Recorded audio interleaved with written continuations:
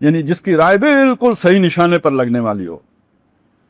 تو اسی سے سمجھ لیجئے کہ جو نشانے پہ اللہ کی طرف سے آ کے لگا، یعنی جو مصیبت آ گئی، جسے ہم مصیبت کہتے ہیں، تو اس کا اصل مطلب یہ جو شے آپ پر آ کر پڑ گئی، جو بلا آپ کو آ کے چمٹ گئی، وہ اسی کو مصیبت کہتے ہیں. یعنی جو حادثات ہو گئے، جو حوادث ہوئے، جو کوئی پریشانی آ گئی، کوئی دکھ آ گیا، کوئی نقصان ہو گیا، یہ مصیبت ہے. تو نہیں پڑتی کوئی پڑھنے والی، یعنی کوئی مصیبت آپ کو لاحق نہیں ہوتی الا باذن اللہ، مگر اللہ کے اذن سے ہوتی ہے، اللہ کی مرضی کے بغیر نہیں ہوتی. اب بہت ساری چیزوں کی یہاں پہ نفی ہو گئی. دیکھیں، میرا کوئی نقصان ہو جائے، سب سے پہلا خیال مجھے آئے گا کہ میرا شریک کون ہے، اس میں اس کا کتنا ہاتھ ہے. ہوتا ہے یا نہیں ہوتا؟ کہتے ہیں جس کی چوری ہوتی ہے سب سے پہلے اس کا ایمان جاتا ہے. کیوں جاتا ہے بھائی؟ چوری تو ہو گئی، اب اس کے اندر وساوس پیدا ہوں گے کہ یہ چوری اس پڑوسی نے کی، یا اس پڑوسی نے کی، یا فلانے رشتہ دار نے کی، یا کرائی، یا شکوک و شبہات کا ایک انبار ہوگا جو اس کے اوپر آئے گا. یہ چیزیں گویا اس کے ایمان کے لیے مضر ہیں، نقصان دہ ہیں. پہلی بات یہ ہے کہ اللہ کی مرضی سے یہ مصیبت آئی ہے. بندہ مومن یوں کر کے سوچے گا جو کچھ بھی افتاد مجھ پر پڑی یہ اللہ کی طرف سے پڑی ہے. جب اللہ کی طرف سے پڑی ہے، اگلی بات کیا کہی؟ وَمَن يُؤْمِن بِاللَّهِ، جو اللہ کا یقین رکھتا ہے. اصل میں نے یقین کا ترجمہ اس لیے کیا، لفظ تو ایمان کا ہے، یقین کا ترجمہ میں نے اس لیے کیا کہ جو اگلی بات آ رہی ہے وہ یقین کے بغیر نہیں ہوتی. وہ بات کیا ہے؟ وَمَن يُؤْمِن بِاللَّهِ يَهْدِ قَلْبَهُ، جو اللہ کا یقین رکھتا ہے اللہ اس کے دل کو ہدایت دے دیتا ہے. ایک ہدایت دماغ کو آتی ہے، ایک ہدایت دل کو آتی ہے. دو ہدایتیں مختلف ہیں. یہ جو دل کو ہدایت آتی ہے یہ یا تو شیطان کی طرف سے آتی ہے یا رحمان کی طرف سے آتی ہے. تو جو یقین رکھتا ہو وہاں شیطان تو تھوتنی لگا نہیں سکتا، وہ کمیونیکیٹ کر ہی نہیں سکتا. تو وہاں اب جو ہدایت آئے گی وہ رحمان کی طرف سے آئے گی.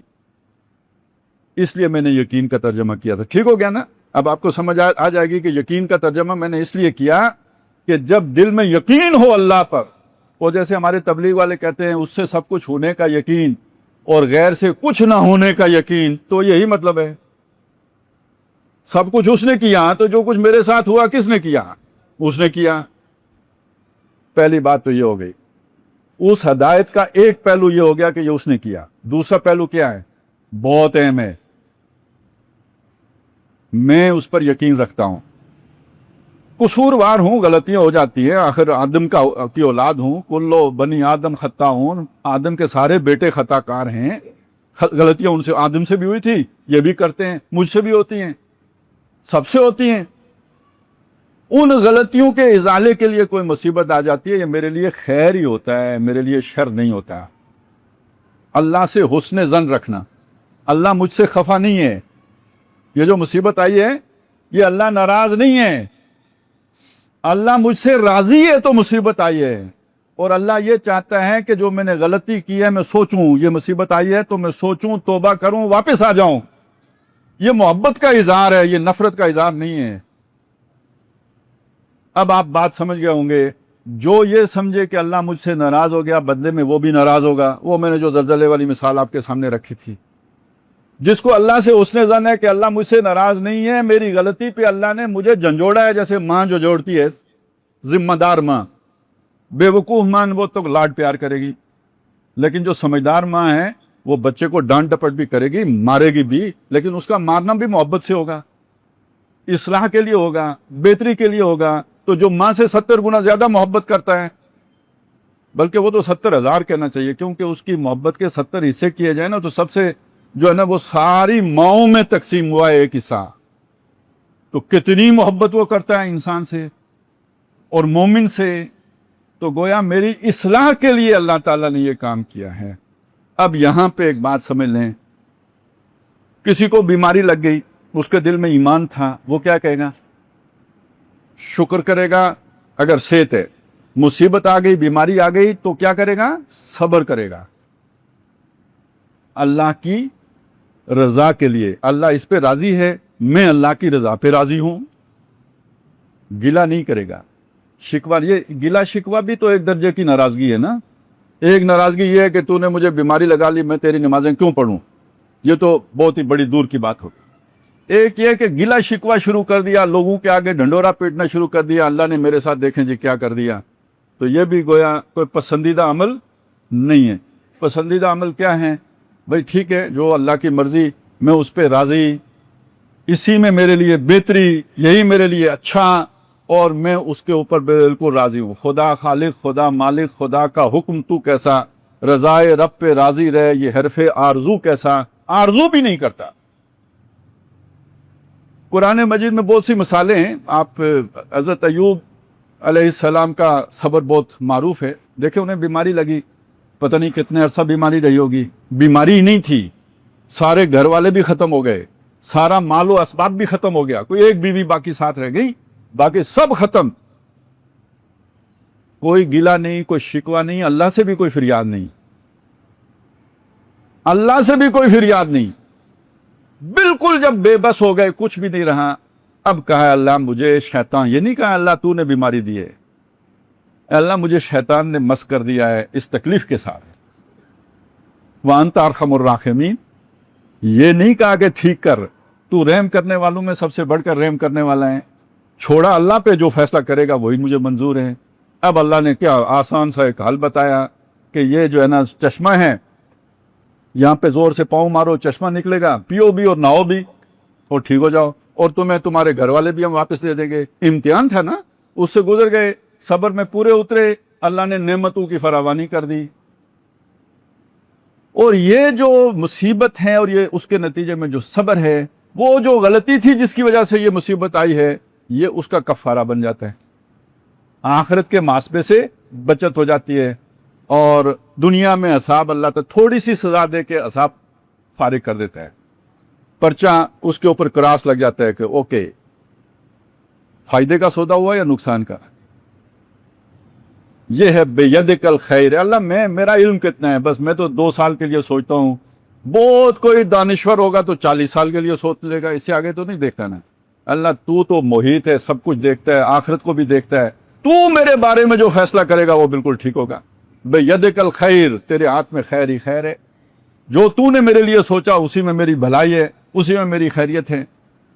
اب آپ اگر یہ بات سمجھ گئے ہوں تو کئی حدیثیں آپ کو سمجھ میں آ جائیں گی کہ مومن کو کانٹا نہیں چبھتا، مگر اس کانٹے کی چبھن کے بدلے میں اس کے گناہ اللہ تعالیٰ جھاڑتا ہے۔ اسے بخار نہیں آتا، مگر ایک رات کے بخار کے نتیجے میں اللہ تعالیٰ اس کی برائیاں اس سے دور کر دیتے ہیں۔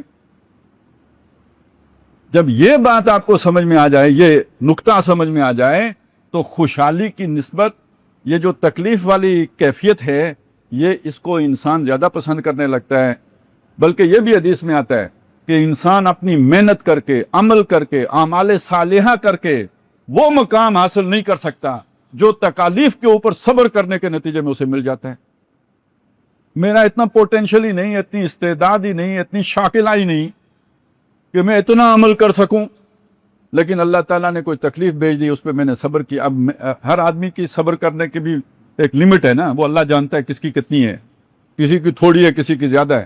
اس نے اپنی لمٹ کے بقدر صبر کر لیا تو اللہ کی طرف سے اسے وہ مقام مل جائے گا جو بڑے سے بڑے عمل کرنے والوں کو شاید نہ ملا ہو۔ یہ اگر ساری بات ذہن میں ہو نا، تو اللہ کی طرف سے جو بھی بندہ مومن کے اوپر آتا ہے اس پر اس کا دل مطمئن رہتا ہے کہ خیر ہے، کوئی بات نہیں۔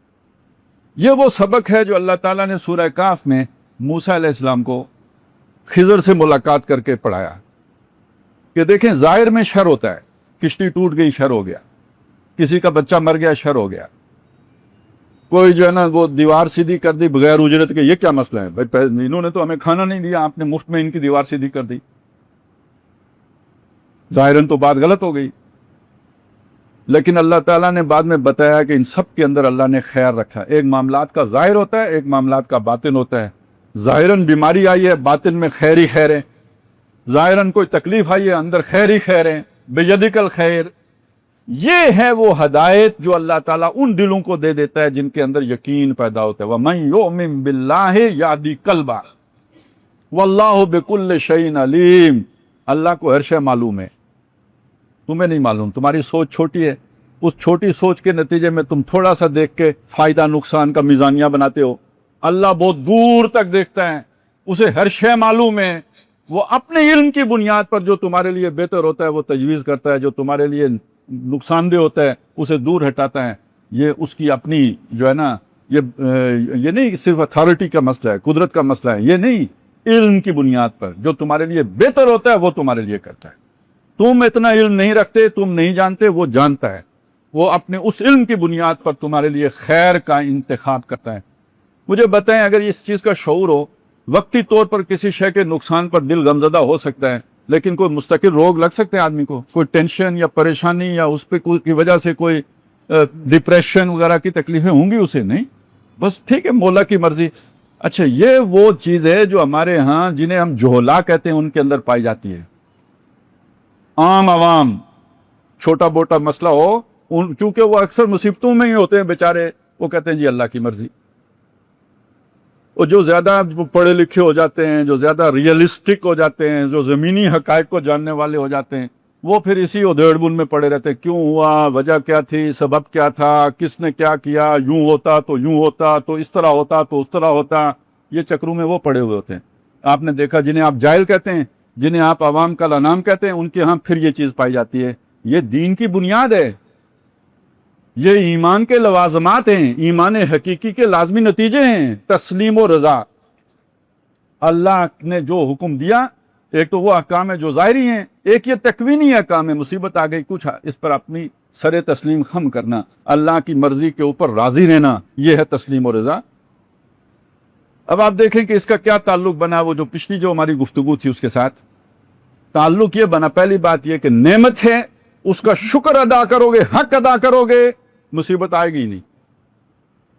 اس حق میں کوئی کمی رہ گئی تو کفارے کے طور پر مصیبت آئے گی، اور اس مصیبت پر صبر کرو گے اللہ اور نعمتیں دے گا، سیدھی راہ پر آ جاؤ گے اور نعمتیں دے گا۔ لیکن اس مصیبت کے پر آنے کے نتیجے میں اللہ سے ناراضگی اختیار کرو گے، اب راندہ درگاہ ہو جاؤ گے۔ پھر دنیا کی نعمتیں فراوانی سے دے دے گا، لیکن وہ ہدایت کی جو وہ ہے نا رمق، وہ چھین لے۔ اس کو کہتے ہیں دلوں کے اوپر مہر ہو جانا۔ یہ وہ امتحان ہے جو کوئی دوسرا نہیں لے سکتا، کوئی مفتی نہیں لے سکتا، کوئی خطیب نہیں لے سکتا، کوئی فقیہ نہیں لے سکتا، کوئی جماعت نہیں لے سکتی، کوئی ریاست نہیں لے سکتی، کوئی حکومت نہیں لے سکتی۔ یہ تو علیم بذات الصدور لے سکتا ہے۔ صحیح بات ہے یا نہیں؟ یہ امتحان ہے جس میں اللہ نے، اصل امتحان یہ ہے۔ اس امتحان کی تیاری کے لیے باقی سارے احکام ہیں، بنیاد اس پر ہے۔ محبت سب سے بڑھ کر کس سے ہے؟ تسلیم و رضا کی کیفیت کے دل کس کی بات پہ راضی رہتا ہے؟ اصل امتحان انسان کا یہ ہے، لِيَبْلُوَكُمْ أَيُّكُمْ أَحْسَنُ عَمَلًا۔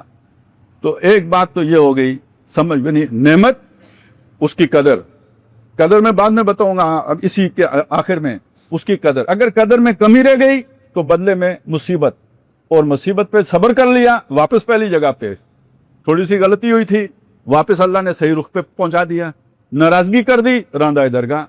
ایک تو یہ ایکویشن بنی۔ ایک اور بات بتاؤں، آپ نے یہ بات سنی ہے کہ جو صدقہ ہوتا ہے وہ مصیبت کو ٹال دیتا ہے، سنا ہے؟ تو صدقہ کس شے کو کہتے ہیں؟ اپنی مرضی سے کوئی شے اللہ کی راہ میں قربان کر دینا، اسی کو صدقہ کہتے ہیں نا۔ آپ نے کوئی پیسے دے دیے، آپ نے کوئی بکری دے دی، آپ نے کوئی بیل دے دیا، یہ صدقہ ہے۔ اب آپ ذرا ذمہ دار آدمی کا تصور کریں، جو مال مویشی جس کے پاس ہوتے تھے، اب وہ بکری نہیں دے رہا، بیل نہیں دے رہا، کچھ نہیں، اس نے سنبھالے ہیں، 10 ہو گئے ہیں، 15 ہو گئے ہیں، بھینسیں میری 50 ہو گئی ہیں، ایک دن کرنٹ لگے گا، بجلی آسمانی گرے گی، پتہ چلا 50 کی 50 لیٹ گئی ہیں۔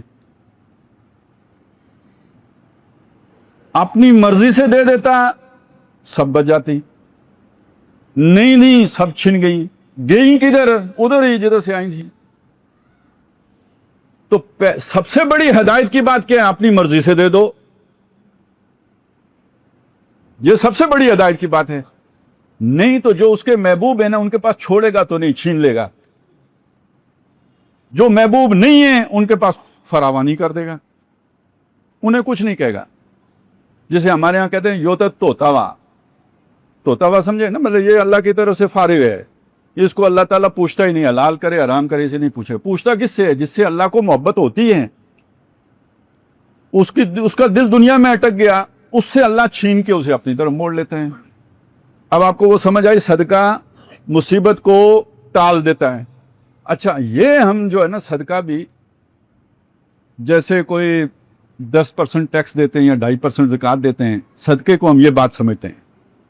صدقے کی جو مقدار قرآن مجید نے مقرر کیا وہ بہت عجیب و غریب ہے، آپ کے آج تو سمجھانا ہی مشکل ہے. قرآن نے اتنی دفعہ کہا یہ اللہ کی راہ میں خرچ کرو، دو دو دو دو، یہاں تک کہ جان بھی دو. تو صحابہ نے پوچھا کتنا دیں؟ یسالونک ماذا ینفقون، اے نبی آپ سے پوچھتے ہیں یہ کتنا خرچ کریں؟ قل فرما دیجئے العف، جو خود کھا پی لیا نا بس وہ کافی ہے، باقی سب اللہ کو دے گا.